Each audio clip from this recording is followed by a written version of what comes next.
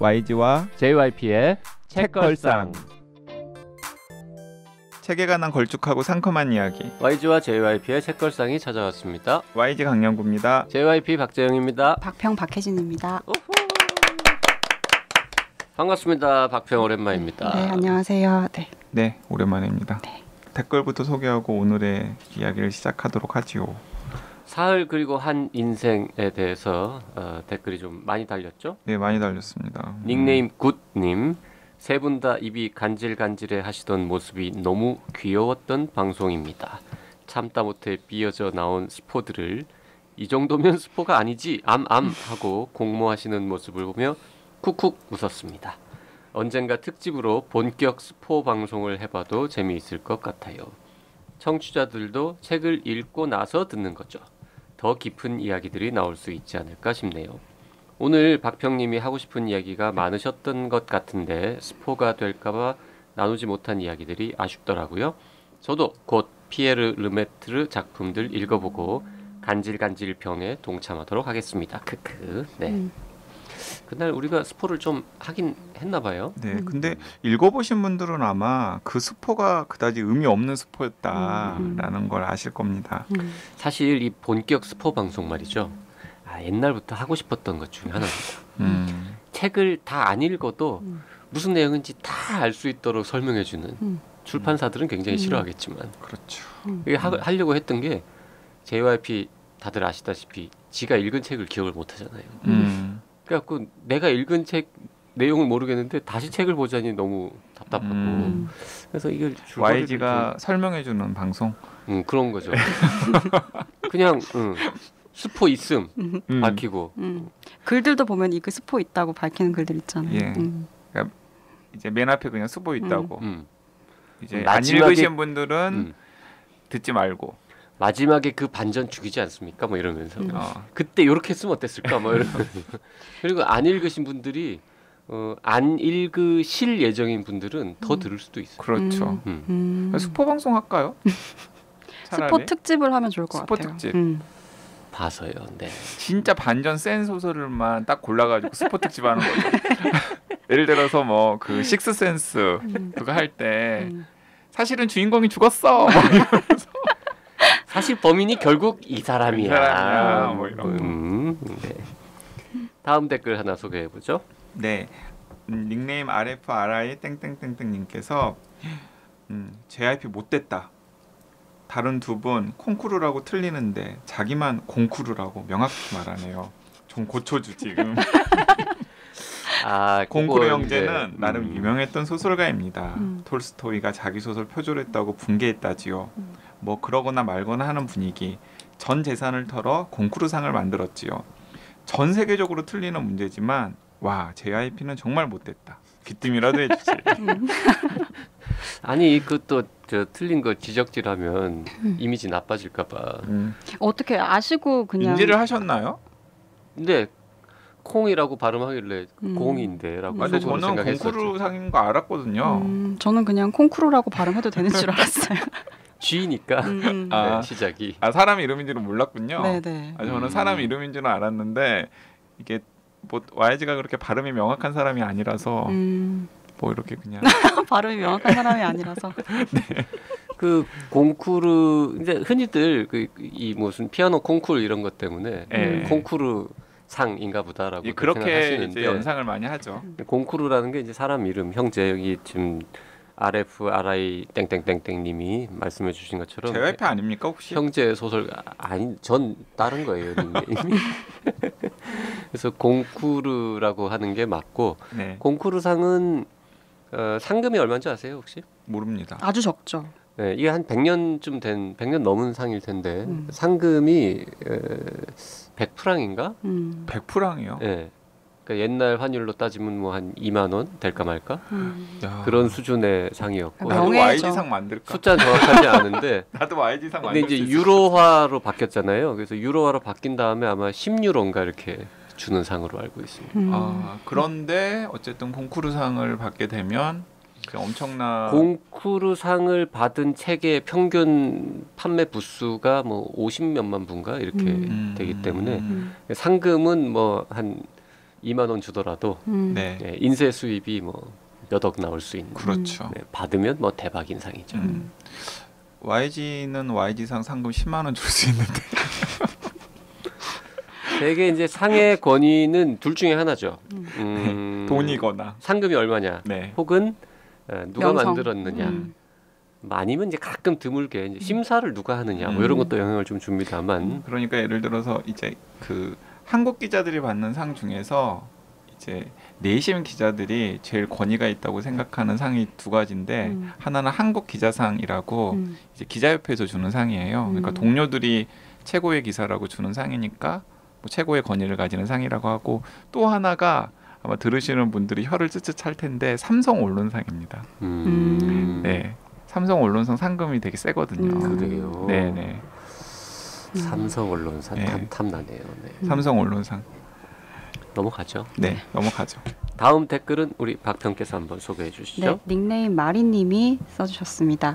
타이틀만 봤을 때는 소설이 좀 심심할 것 같고 관념적일 것 같아서 플레이를 누르기가 꺼려졌어요. 하지만 지금은 피에르 르메트를 알게 해준 책걸상에 정말 감사드립니다. 도서관에 이 책은 없어서 오르부아르를 빌렸는데 책 두께를 보니 JYP는 이 책을 패스하겠네요.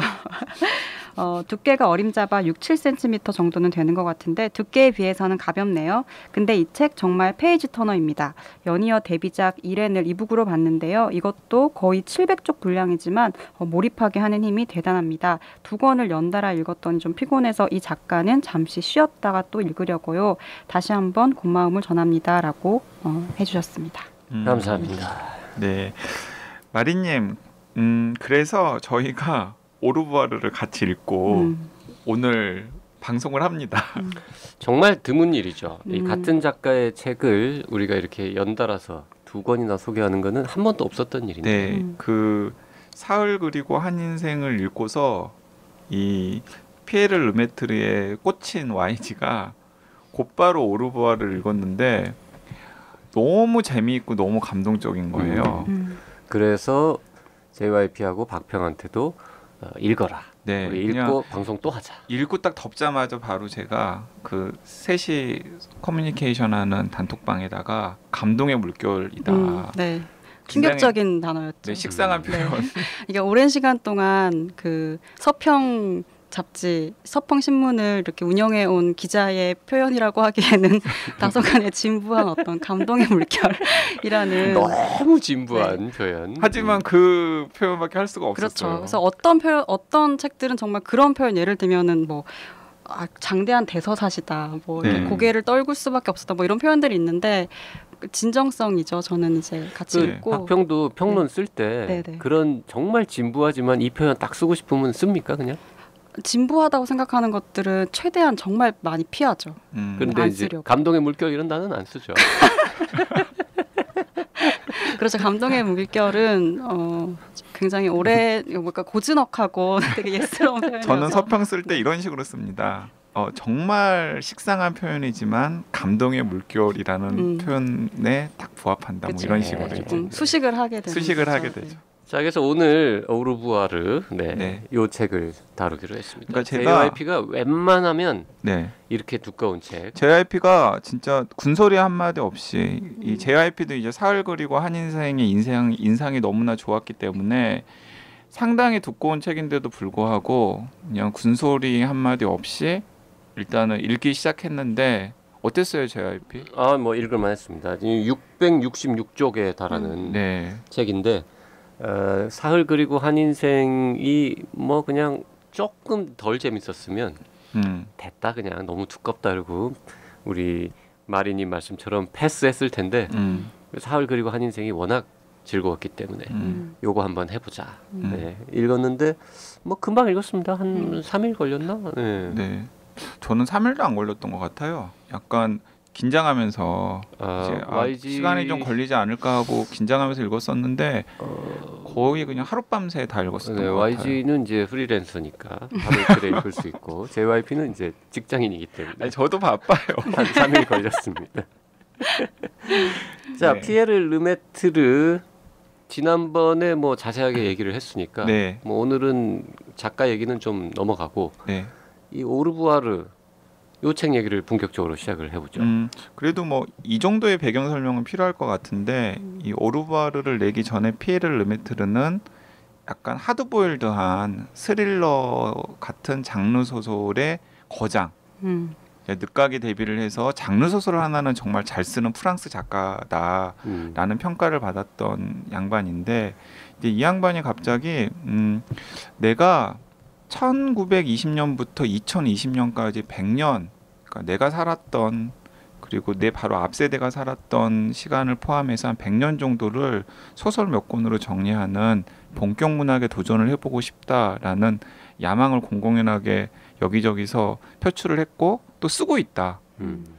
사람들이 다들 좀 의아해했죠. 반신반의 그냥 그러니까 하던 거나 잘하지. 이 양반이 1951년생이란 말입니다. 네. 근데 55세인가에 데뷔를 했잖아요. 그래서 한 10년이 채 안 되는 시간 동안 그 스릴러, 뭐 추리 소설 이런 것들을 좀 쓰면서 굉장히 유명해졌는데. 그러니까 이제 그 1951년생이라 그러면 감이 좀 안 오실 텐데, 그러니까 우리나라나 일본의 유명한 작가로 따지면 이문열 씨나 이제 하루키 같은 작가랑 저기 동년배예요. 그렇죠. 이문열 작가가 48년생. 예, 그러니까 그리고 하루키가 뭐 49년생인가 그렇잖아요. 네. 그러니까 이문열, 하루키 등등이 한 10년 전쯤에 데뷔를 해가지고 추리 소설 스릴러를 이제 써서 이제 유명해진 거죠. 근데 그랬던 사람이 이제 갑자기 내가 좀 본격 문학에도 한번 도전을 해볼래라고 야망을 밝혔고 실제로 쓰고 있어. 그래서 이제 나온 책이 바로 본격 문학에 도전한다는 내용이 20세기를 내가 정리해 보겠다. 네. 100년을 뭐 이런 거창. 사실 우리만 해도 이런 작가가 그런 막 포부를 밝히고 이러면 속으로 약간 뭐 되겠냐 이런 생각을 했을 것 같지 않습니까? 그리고 보통 그런 포부들은 되게 오랜 시간 이제 문학성을 인정받는 소설을 써왔던 작가들이 말년에 내가 꼭 한번 이렇게 정리를 해보겠다라고 생각을 하는 그런 포부죠. 근데 또 그런 소설이 되게 안 좋아요. 맞아요. 네. 좀 관념이 너무 많다거나. 맞습니다. 네. 근데 정통 문학 소위 말하는 이제 본격 문학 쪽으로는 사실 데뷔도 안 한 사람이 50대 아니지 이제 60 넘은 이 중장년의 이 작가가 나 이제부터 할게 이러니까 그때 사실 뭐 말은 안 해도 비웃비웃했단 말이죠. 그렇죠. 근데 그렇게 해서 첫 번째 쓴 게 오르부아르고 그다음에 근데 그 다음 편을 쓰기 전에 잠시 소품으로 쓴 게 사흘 그리고 한인생. 그리고 이제 오르부아르의 후편을 진짜 약속대로 오르부아르 한 편만 낸 게 아니라 오르부아르 후편을 이제 냈는데 그 후편이 이제 올해 초에 프랑스에서 나와서 뭐 지금 선풍적인 인기를 끌고 있죠. 한국말로도 누가 만들고 있겠죠? 네, 만들고 있겠습니다. 그리고 그 후편의 내용을 그 YG가 정말 그 후편의 내용이 궁금해가지고 구글 번역기까지 돌려가면서 그러니까 영어로 검색해 보니까 영어로는 포스팅이 별로 없더라고요. 영어판이 아직 안 나왔나 보지. 네, 그래서 불어를 모르잖아요. 그래서 불어를 영어로 번역을 해가지고 그 영어를 막 들여다 보면서 이제 대충의 줄거리를 파악을 했죠. 제가 방출할게요. 굉장히 흥미롭습니다. 그 지금 이제 오르부아르 안 하고 오늘 그 책 얘기하는 아니요, 오르부아르 얘기도 할 건데 오르부아르 얘기가 끝날 때쯤에 제가 그러면 그 지금 올해 초에 프랑스에서 나와서 이제 선풍적인 인기를 끌고 있는 그 오르부아르 후편의 내용은 도대체 어떤 내용인지를 제가 살짝 얘기를 드리겠습니다. 그 아직 그 한국어 판권 누가 안 사갔으면 우리가 살까 그냥? 열린 책들에서 사갔을 것 같아요. 그렇죠. 네. 그래서 저는 그 초반에 이제 약간 그 뭔가를 깔자면은 제가 감동의 물결이 밀려왔다라는 식상한 표현에 덧붙여가지고 YG가 뭐 과문해서 이 정도 비유밖에 할 수가 없었습니다. 마치 이제 우리나라 소설가 중에서 그러니까 박경리 선생님이랑 그다음에 박안서 선생님이랑 거기에다 한강 작가를 합쳐놓은 듯한 소설을 한꺼번에 읽은 것 같다. 그 대하 소설을 토지 같은 대하 소설을 쓴 박경리 선생님. 썩 와닿지는 않는 표현인 것 그리고 막 같은데. 그런 약간 그런 속물근성 같은 것들을 굉장히 냉소적으로 그려낸 박안서 선생님. 그리고 또 뭔가 되게 그 개인과 역사의 그런 슬픔을 애잔하게 표현한 한강 작가의 그런 감수성이나 문제의식이 소설 하나에 이렇게 다 담겨져 있는 것 같다. 그러니까 뭔가 더 좋은 비유가 있을 텐데 그 세 분만 합치면 이 피에르 르메트르 책에 등장하는 그 약간 블랙 유머라든지 좀 익살 이런 부분이 조금 설명이 안 되지 않습니까? 박완서 작가가 유머가 있죠. 그거 조금 다른데 결이. 네, 그래서 그러니까 제가 방금 이제 차라리 거기에 한 명 더 추가하고 싶어요. 누구요? 성석재. 그렇죠. 약간 수다스러운. 약간 좀 구라꾼 이런 네, 느낌의. 네. 네. 뜬금없이 괜히 막 익살하는데 이게 아재 개그와 진짜 유머 사이에서 이렇게 줄타기 하고 뭐 이런 맞습니다. 느낌. 네, 그래서 그러니까 제가 아까 과문하지만이라는 수식어를 썼는데 어쨌든 간에 그런 도저히 융합될 수 없을 것 같은 그런 작가들이 그냥 한 곳에 다 뭉뚱그려져 가지고 적절하게 섞여 가지고 나온 게 이 피에르 르메트르의 오르부아르 같은 소설이 아닌가라는 생각이 들었고 이제 오늘 방송을 준비하면서 또 다른 수식어를 수다스럽게 하나 더 준비를 하자면은 우리는 어쩌면은 지금 이 책걸상의 이 세 분과 책걸상 청취자들과 함께 노벨상 작가의 탄생을 지켜보고 있는 것 같다. 그러니까 이런 식으로 가다가는 진짜로 노벨상 같은 큰 상을 피에르 르메트르가 받을 것 같고 이제 우리는 이제 그 상이 만들어져 가는 모습들을 현장에서 지켜보고 있는 것 같다라는 느낌까지도 저는 이 오르부아를 읽으면서 들었어요. 대단한 소설이라는 생각이 들었어요. 네. 자, 이 책은 원제는 오르부아르는 이제 그 안녕 그냥 그 안녕 잘가 뭐 오부아 이렇게 이제 발음하는 네. 프랑스 여행 가시면 그냥 우리 헤어질 때 뭐 식당에서 밥 먹고 나올 때도 이렇게 오부아 이렇게 인사하는 건데 오부아가 원제가 아니라 뒤에 이거 어떻게 읽어요? 라오트 뭐 이런 단어가 하나 붙어 있습니다. 근데 요거 이제 보니까 그냥 안녕이 아니라 저 세상에서 다시 만날 때까지 안녕. 천국에서 다시 봐. 천국에서 다시 봐요. 이런 뜻이더라고요. 그러니까 오부아 라오 뭐 이런 식으로 이제 발음을 영어로 번역하면 이제 see you up there. 뭐 이렇게 표현하더라고요. See you up there. 저 세상에서 다시 봐요. 뭐 이런. 저 세상에서 꼭 봐. 뭐 이런 뜻이겠죠. 그렇고요. 줄거리 기본 설정을 좀 설명 잘하는 YG가 그 제목에 대한 제목에 얽힌 사연부터 소개를 하면은 이제 이 소설의 정치 같은 것들을 청취자들이 알 수 있을 텐데 지금 시기랑도 좀 약간 맞춤한 소설인 것 같다는 생각도 들었어요. 그러니까 이 천국에서 다시 봐라는 말이 어디서 이제 연원이 되냐면은 그러니까 피에르 르메트르가 제목을 이제 이 에피소드에서 따왔는데 그 1914년 12월 4일에 장 블랑샤르라고 하는 프랑스 군인이 총살을 당합니다. 근데 총살을 당한 이유는 이제 그 전쟁터에서 명령에 불복종했다. 뭐 이런 이유로 이제 총살을 당하는데 국가 반역죄. 네. 정확하게 말하면 그런 거죠. 이제 전쟁에서 이제 어쨌든 간에 돌격 앞으로 했는데 막 뒤로 온 거거나 아니면 이제 뭐 주춤주춤 거려거나 그걸 이제 어떤 상관한테 밑보여 가지고 고발을 당했고 이제 그 전쟁의 그런 그 아비규환 와중에서 너는 국가를 모독했다. 그러면 총살을 당한 거죠. 그러다가 21년 1월 29일에 이제 무죄로 밝혀져 가지고 복권이 되었습니다. 그러니까 이제 전쟁 중에 이제 전쟁의 희생양이 된 이제 그런 비극적인 인물 중에 하나인데 그 장 블랑샤르가 총살을 당하기 직전에 이제 가족한테 편지를 써요. 근데 그 가족한테 편지를 쓰는 내용의 한 대목이 바로 천국에서 다시 봐.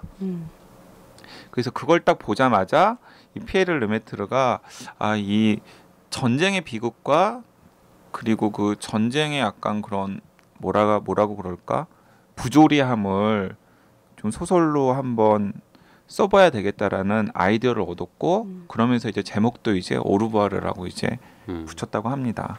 근데 이게 실제로 일어났던 역사적 사건에서 모티프를 맞아요. 얻었다고 들었거든요. 이게 1922년에 전사자들의 유해를 발굴하는 과정에서 일어났던 착복 스캔들 네. 이런 실질적인 사건이 있었고 여기에 이제 상상력을 좀 가미해서 저는 이게 이제 완전히 지어낸 이야기라고 생각하고 끝까지 다 읽었는데 네. 마지막에 에필로그를 봤더니 일부는 사실에 기반을 두고 있다라는 거를 나중에 알았어요. 그러니까 이제 1차 세계대전이 끝난 다음에 프랑스에서 어떤 일들이 있었냐면 어쨌든 굉장히 많은 사람들이 희생을 했지만은 프랑스는 승전국이 되었잖아요.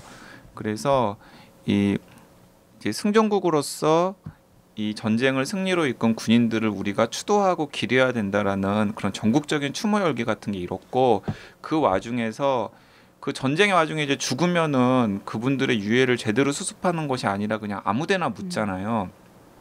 그런 전사자들의 유해를 제대로 찾아서 염도 다시 하고 뭐 제대로 된 관에 넣은 다음에 가족에게 다시 돌려줘야 된다라는 이제 운동이 일어났고 근데 그 운동의 과정에서 이제 정말 어처구니 없는 스캔들이 발생을 한 거죠. 그러니까 어쨌든 전사자들의 유해를 찾고 그 다음에 다시 그 유해를 발견을 한 다음에 매장을 해서 유족들한테 인계하고 다시 공동묘지를 전사자 묘지를 조성해가지고 묻는 과정은 이제 엄청난 비용이 들어가는 국가적 사업이잖아요. 근데 당연히 거기에는 파리떼가 꼬이기 마련이고 정말 그 과정에서 이제 실제 프랑스 남자들보다 훨씬 더 작은 관을 만든다거나 그러니까 아니면 신장이 160cm인데 그걸 130cm짜리 관에다가 우겨 넣어가지고 이제 어쨌든 그 관의 크기까지를 유족들이 다 확인을 할 리는 없을 것이다라고 한다던가 아니면은 뭐 A라는 전사자의 신원을 정확하게 확인한 다음에 그 A라는 전사자의 가족에게 인계하는 것이 아니라 그냥 되는 대로 아무나 그냥 파가지고 아무 관에다가나 넣어가지고 그냥 또 임의의 유족에게 전달을 하고 이게 바로 너희 형이다 혹은 너희 아버지다 너희 아들이다 이런 식으로 한다던가 이런 막 뭐 지금 우리가 생각해도 말도 안 되는 그런 엄청난 스캔들이 있었는데 이제 그게 실제로 있었던 일이고 거기서 이제 한 모티브를 이제 따와서 오르부아라는 소설이 만들어진 것이죠. 네. 그래서 그 사건에서 어떤 그 이해관계에 따라서 어떤 문제들을 일으키고 했던 어떤 세력, 주체 이런 것들이 이 작품 안에서 악의 한 축으로 등장하고 있었어요. 일단 처음에 이제 시작을 하면 전투 장면부터 책이 네. 시작이 됩니다. 그것도 그 종전 열흘 전. 네. 1차 대전이 이제 한 4년여 지속이 됐는데 끝나기 직전. 네. 굉장히 평화로운 그 상황 아닌가요, 이제는? 이제 서로 다 곧 끝날 거라는 걸 알기 때문에 네, 집에 갈 거 생각하고 뭐 딱히 전투하지 않고 그냥 흐지부지 이제 뭐 다 대세는 끝났고 네.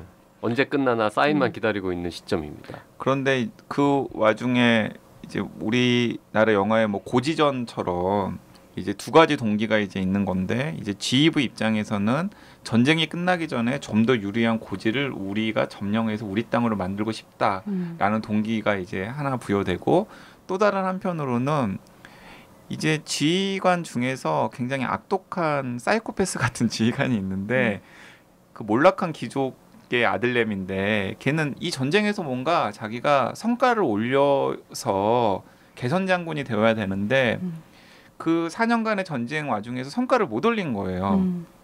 그래서 전쟁이 끝날 것 같은 건 너무 조바심이 나는 겁니다. 이 성과를 올리기 위해서 어떻게 하자 하다가 굉장히 무리한 작전을 감행을 하게 되는 거죠. 이제 거기서부터 이제 소설이 시작이 되는 겁니다. 그래서 이제 주인공을 포함한 많은 사람들이 희생을 당하지 않아도 되는 전투를 시작을 하게 되고 그 전투에서 이제 이 소설이 이제 장대한 이야기가 이제 시작이 되는 거죠. 그 자꾸 이렇게 변죽만 울리지 말고 스토리를 얘기를 좀 하자니까요. 기본 설정을. 그래서 주인공이 아니 저희가 스포일러 아니 시작 부분이 무슨 스포일러야. 자 주인공이 이제 알베르라는 병사인데 그 장교가 이제 저 고지를 탈환하자 그래가지고 돌격 명령을 내려요. 그 전에 돌격 명령이 계기가 됐던 게 척후병 두 명을 척후병 두 명. 맞아. 척후병 두 명을 먼저 보냅니다. 굉장히 이제 약간 노병과 그리고 어린 병사 두 명을 보내는데 아니 이것들이 척후병한테 총질을 해댄 거죠. 독일군이. 그래서 그 척후병이 죽습니다. 네. 그러니까 죽는 모습을 보고 이 부대원들이 막 흥분해가지고 그 틈을 놓치지 않고 이제 이 뭔가 전쟁이 끝나기 전에 성과를 올려야겠다라는 욕심을 가지고 있는 이 장교가 돌격 앞으로 해서 이제 뛰쳐나가는 거죠. 그 뛰쳐나가는 병사 중에서 이제 이 소설의 주인공인 알베르가 있는데 알베르가 가다 보니까 알베르가 기본적으로 되게 소심하고 용기 없는 그런 사람입니다. 네. 멈칫 앞으로 나가고 있는데 멈칫 왠지 죽을 것 같은데 뭐 이런 식의 막 그런 망설임을 꼭 나가야 돼. 꼭 나가야 돼. 이러면서 가고 있는데 앞에 이제 진짜 아까 그 척후병으로 나갔던 2명이 죽어 있는 거죠. 그걸 봤어요. 그걸 보면서 저 독일 놈들 하면서 가다가 보니까 이상한 거예요. 왜냐면은 독일 병사들이 총을 쐈으면 총이 앞에 맞아가지고 죽어 있어야 되는데 그렇죠. 앞으로 쓰러져 있고 아무리 봐도 뒤에서 쏜 총알에 맞아 죽은 것 같다라는 거죠. 네. 알베르가 그래서 비밀을 알아버린 거죠. 비밀이 뭔데요? 이거 스포일러 아니죠? 이건 스포일러 아니죠. 이 첫 장면인데 뭘 스포일러? 뭐냐면 그 전쟁이 끝나기 전에 이제 승전보를 울려서 성과를 쌓고 싶어하던 그 사이코패스 장교가 자기 병사 둘을 죽인 겁니다. 전쟁을 좀 더 지속시키기 위해서 그리고 전투의 동기를 부여해주기 그렇죠. 위해서. 그 나쁜 장교가 이제 프라델. 네, 프라델이라고 하는 중이죠. 네. 프라델 중인데, 근데 그 프라델 중위는 그 증거를 은폐하기 위해서 호시탐탐 노리고 있었던 상황이었던 거예요. 근데 알베르가 그걸 인지했다라는 걸 프라델이 귀신같이 딱 알아챈 거죠. 네. 그래서 프라델은 어떻게 합리적으로 생각을 했겠어요. 2명 죽였는데 1명 더 죽여야겠구나. 그렇죠. 다 그래서 없애버리는 그 놈을 이렇게 좀 밀쳐가지고 네. 구덩이에 빠지고 구덩이에 빠진 다음에 총으로 쏴서 죽이려고 하는데 마침 또 포탄이 떨어져가지고 내가 굳이 뒤처리를 안 해도 깔끔하게 다 날렸군 생각하면서 그러면서 이제 생매장되는 그림인 거죠. 네, 포탄 그렇죠. 구덩이에 알베르는 빠져서. 이제 그 흙에 묻히는 상황이 네. 되죠. 그리고 그래서 죽어요. 첫 장면에 알베르가 죽어요. 네. 음. 알베르가 이렇게 죽는다. 그래서 첫 장면만 보면 우리가 알베르가 주인공인 걸 모릅니다. 그래서 무슨 등장하자마자 죽으니까. 알베르의 회상신인가? 그랬는데 바로 이제 그 다음 장에 가면은 알베르가 실제로는 죽지 않고 죽을 뻔했는데 그 구덩이 속에서 썩은 묻혀 있어서 썩어가는 말대가리를 보면서 이렇게 정신이 혼미해지면서 죽어가는 찰나에 다른 병사, 또 다른 주인공이 그 알베르를 보고 뭐 구해준다고 해야겠죠? 네. 그러니까 그 에두아르라는 이제 또 다른 주인공이 거기서 네. 등장을 하는데 이제 에두아르도 사실은 이 전투가 굉장히 무의미한 전투라는 거 알고 있는 거죠. 그래서 뭐 열심히 안 하면 국가 모욕죄가 될 수 있으니까 전투에 참여하는 척 이제 흉내를 내면서 가고 있는데 이 전투를 지휘해야 될 그 프라델 중위가 앞에 있는 게 아니라 멍하니 서가지고 이렇게 뭘 들여다보고 있단 말이에요. 그러니까 이 에두아르도 저 미친 엑스는 전투는 지휘 안 하고 저기서 뭘 하고 있는 거야? 하면서 유심히 보는 거죠. 네네. 그러다가 한참 들여다보다가 이제 다 됐다는 듯이 미션이 클리어 됐다는 듯이 이제 자기 갈 곳을 가니까 도대체 전투 중에 이 지휘관이라는 사람이 유심히 들여다보고 있는 건 도대체 뭘까 하고 이제 들여다봤더니 그게 바로 이제 생매장된 알베르가 있었던 곳이었던 거죠. 네. 근데 알베르가 막 이렇게 하고 있는 와중에서 빨리빨리 갑시다. 네. 네. 구해줘. 하여튼. 구해주는 네. 거죠. 네. 네.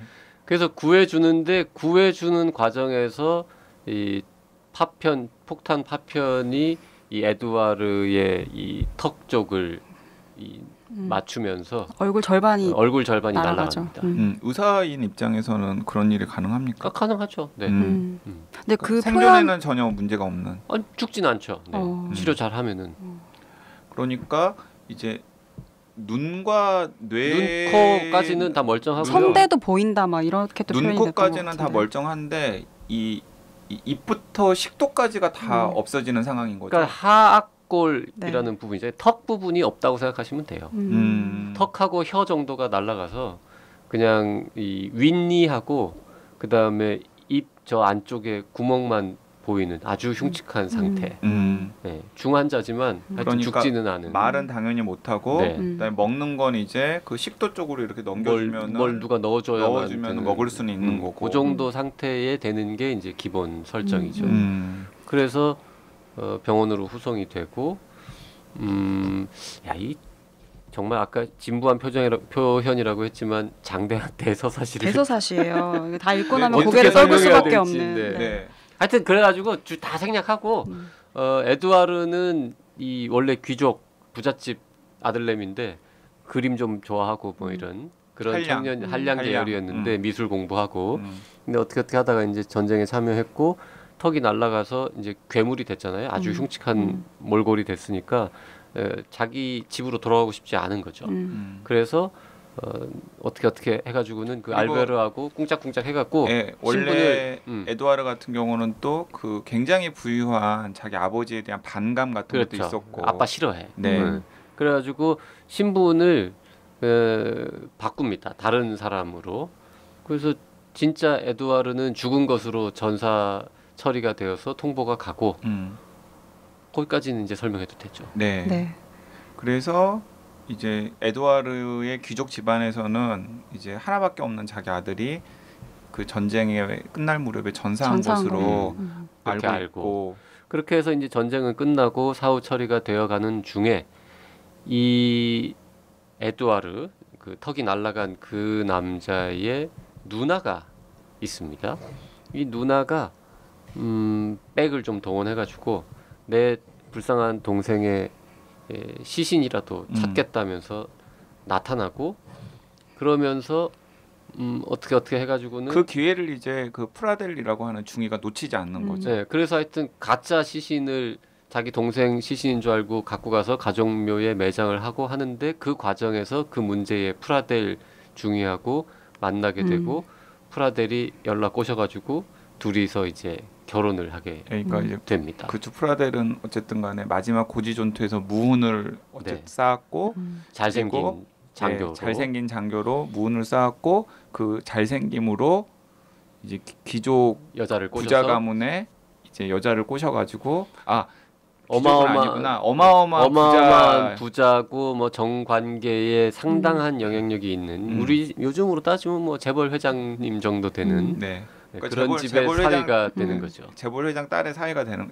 거죠. 재벌 회장의 사위가 되는 거죠. 그래서 저희가 앞에도 이야기했었던 실제로 그 스캔들도 연상시키는 부분인데 그래서 이 그 시체 한 구당 얼마 뭐 80g 이렇게 주는 이권 사업을 이제 따내서 되게 승승장구하는 되게 비윤리적인 이제 행위들을 하면서 점점점 잘 사는. 1차 대전의 그 세계 사망자 숫자는 최소 1,000만 명으로 보통 얘기가 되고 프랑스에서도 100만 명 이상이 죽은 것으로 되어 있는데 그 100만 명의 시신들이 막 온 동네에 널브러져 있을 거 아닙니까? 이제 그거를 전쟁 이후에 좀 한 곳으로 좀 모아서 몇 군데로 모아서 대형 공동묘지 같은 거를 조성하는 사업을 하게 되고 그런데 모을 수밖에 없었을 것 같아요. 왜냐하면 그렇죠. 네. 1차 세계대전의 전투지가 워낙에 넓었기 때문에 그걸 그대로 방치하면은 온 나라가 그냥 온 나라가 다 묘지가 묘지가 되니까. 되니까 어쨌든 간에 유해를 수습해가지고 한 곳에 모아놔야 그 땅들을 또 온전하게 사용할 수도 있는 거잖아요. 네, 그래서 그 전후 수습 과정에서 이 나쁜 놈 프라델 중위 재벌가의 사위는 그 시신 수습 과정에 어떻게 좀 정부 프로젝트를 백을 동원해서 입찰을 따가지고는 떼돈을 벌 국리를 열심히 하면서 이제 사업을 벌이는 게 한 축이 되고 그 다음에 이 불쌍한 턱이 날아간 이 신분도 바꾼 이 에두아르하고 그냥 평범한 군인 묻혔다가 살아난 이 알베르하고 두 명은 생계가 막연하잖아요. 그렇죠. 불쌍합니다. 그래서 어떻게 살지 이러면서 이제 괴로워하고 있는 데까지가 기본 설정이죠. 막 홀대 당하잖아요. 택시 탔는데 택시 기사가 돈 있냐고 그러고 뭐 음식은 샌드위치로 연명하고 그러니까 계속 사회 외곽부로 계속 밀려나는 거죠. 네. 희생은 당했지만. 그러니까 전쟁 전에 그 알베르 같은 경우에는 번듯한 은행원이었어요. 그러다가 전쟁이 나니까 젊다는 이유로 징집을 당했는데 징집 당할 때까지만 해도 전쟁에서 살아서 오기만 하면 이제 국가가 훨씬 더 너를 더 대접을 할 테고 훨씬 더 이제 유망한 삶이 있을 것이다라고 기대를 했지만은 막상 전쟁터에서 살아서 돌아와 보니까 이제 애인한테도 버림을 당하고 직장에서도 잘리고 그리고 정부도 절대로 뭐 무슨 승전 용사라고 해서 대접을 해주지 않고 방금 박평이 얘기한 대로 계속 이제 외곽의 그런 불쌍한 사람으로 이제 몰려가는 상황이고 거기에다가 이제 알베르 같은 경우에는 이 신분을 속이고 이제 가난한 에두아르를 또 보살펴야 되는 상황이 된 거죠. 그러니까 더 지원도 못 받는 거죠. 왜냐하면 신분을 지금 바꿔치기 했기 때문에 드러낼 수가 없는 신분이어서. 그리고 알베르는 뭐 보상금 같은 거를 조금 받았는지 모르겠으나 얼마 안 되고 그다음에 에두아르는 신분을 바꿨기 때문에 뭔가 보상금을 신청할 수가 없고 그 뽀록 날까봐. 그리고 그 서류를 바꿔치기 하고 뭐 조작하는 과정을 알베르가 했기 때문에 역시 알베르도 이게 들통나면은 잡혀가고 뭐 그러다 보니까 이제 아주 황당한 상황이 된 거고 에두아르 밥도 먹여야지 얘는 얼굴 흉측하다고 맨날 집안에 처박혀 있지 게다가 아프다고 몰핀 자꾸 구해달라 그러지 이러면서 아주 진퇴양난의 상황이 처하는 거가 기본 설정이고 오늘 방송도 여기서 마쳐야 될 것 같아요. 네. 허무하죠? 지금 청취자분들은 장난해 뭐야? 근데 저희가 지금 말씀드린 내용이 한 200쪽? 200쪽도 안 돼요. 100여 쪽. 100여 쪽. 네. 그리고 또 그 100여 쪽에 또 잔재미들이 굉장히 있기 때문에 이건 스포일도 아니에요. 네. 한 100쪽 정도 아주 초반에 여러 가지 설정들. 네, 설정이 이렇게 됩니다. 그러니까 이 오늘 방송을 듣고서 놓칠 수 있는 재미 하나는 뭐냐면 알베르가 죽은 줄 알았는데 갑자기 살아난다는 거. 그건요, 뭐 알베르는 첫 한 20페이지에서 죽어버리는데 21페이지 되면 살아납니다. 네, 그건 뭐 스포일러 아니에요. 그러니까 이제 생미장 돼가지고 이제 거의 약간 그런 거죠. 물에 빠져서 숨을 못 쉬는 그런 상태 정도가 됐는데 인공호흡을 해가지고 살리는 것과 비슷하게 살리는 직전에 거죠. 살아나는 거죠. 네. 그 장면에서 저는 이 소설은 뭔가 있다라는 생각을 했어요. 그 살아나는 장면이 굉장히 비범해요. 그러니까 아까 말대가리 이야기하셨잖아요. 그 구덩이에서 정말 조금 있으면 호흡이 모자라서 죽을 위기거든요. 근데 호흡을 받아요. 근데 그 호흡을 이 알베르에게 호흡을 주는 것이 바로 잘린 말대가리예요. 그 말에게 남아 있었던 마지막 호흡을 이 친구가 받는 거거든요. 그러니까 이 정말 비인간적인 전쟁으로 인해서 그 짐승보다도 못한 어떤 그 비인간적인 상황에 의해서 거의 죽음에 몰렸는데 짐승의 호흡으로 다시 살아나는 거예요. 그래서 이 장면을 보고 이 600페이지는 페이지 터너이기도 한데 할 텐데 굉장히 문학적인 어떤 장치들이 많이 있겠다 하는 평론가는 그렇게 보셨군요. 그렇죠. 저는 이제 그 썩은 말대가리에 어딘가에 남아있던 그 공기 얼마나 냄새나고 막 더럽겠어요. 그거를 들이마시면서 막 살아나는 장면을 보면서 그냥 별 생각 없었거든요. 그 너무 인간으로서 굉장히 어떻게 보면 되게 비참한 비참함이죠, 비참함. 네. 저는 계속 상상한 게 그 썩은 말대가리 사이에 그 공기가 이렇게 있을까? 뭐 이런 쓸데없는. 지금 저희가 20-30페이지 얘기를 그냥 하고 있는 건데요. 저는 거기서 비범하다고 느꼈어요. 그 에두아르가 막 흙을 파헤쳐가지고 알베르를 살리잖아요.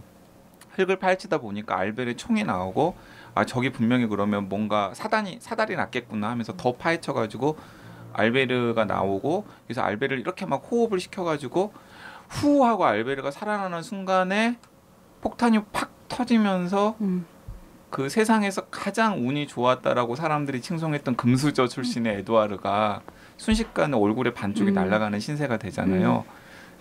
맞아요. 그 장면이 굉장히 압도적이어서 이 나중에 이 알베르랑 에두아르가 어떻게 될까 하면서 페이지를 넘길 수밖에 없는 상황이 되는 거죠.